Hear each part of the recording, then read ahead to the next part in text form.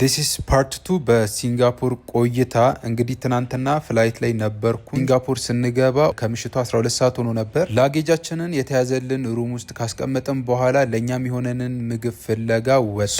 በጣም ደክሞን ስለነበር ተኛን ማለት ነው። ከዛ በተጨማሪ ዛሬ እንግዲህ ሊስት ካደረግናቸው ቦታዎች መካከል የተወሰኑት ጋር ዛሬ መሄድ ስላለብን ሻወር ወስደን ጠዋት ልብሳችንን ቀያይረ ወጣን ማለት ነው።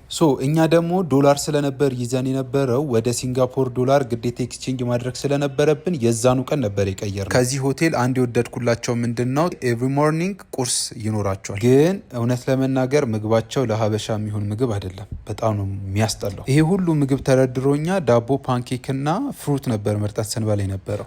ባስ ለመጠቀም ኤምአርቲ ያስፈልጋቸዋል ተብለን በዛውም እግረ መንገዳችንን አጂሌን የሚባል የሚጎበኝ ቦታ ነበር። እሱን ጎብኝተን ከጨረስን በኋላ ማሪያና ቤ ግዴታ መሄድ አለብን ብለን ምክንያቱም እዛ ስለሆነ ኤምአርቲ ካርድ የምናወጣው እና ደግሞ የምታውቁታላችሁ ማሪያና ቤ ማለት በጣም ብዙ የሚጎበኝበት ቦታ ወይም ደግሞ ጋርደን ባይ ዘቤ፣ ማሪያና ቤ፣ ሲንጋፖር ዙ፣ ሜሪሊያን ፓርክ፣ ስካይ ጋርደን፣ ክላውድ ፎረስት እና የመሳሰሉትም እዚጋ ያልጠሯቸው በጣም ብዙ ቦታዎች ብቻ እዛ እስክንደርስ ድረስ ራንደም ስትሪት ቦታዎችን በዚህ መልኩ እያየን ነበር። ፋይናሊ ጋርደን ባይ ዘቤ ደረሰን ማለት ነው። ይህን ይመስላል። ውስጥ ገብታችሁም ላይ ጫፍ ወጥታችሁ ሙሉ ከተማውን ማየት ትችላላችሁ፣ ወይም ደግሞ ሙሉ ጋርደኑን ማየት ትችላላችሁ። እኛ ግን መጀመሪያ ያደረግነው ሙሉ ጋርደኑን ከዞርን በኋላ ቶፕ ላይ ወጥተን ሙሉ ጋርደኑን ከላይ ወደታች ደግሞ ስናይ ነበር። በነገራችን ላይ ሲንጋፖር ማለት በጣም በጣም በጣም የምትሞቅ ሀገር ነች። ፓርት 3 ይቀጥላል።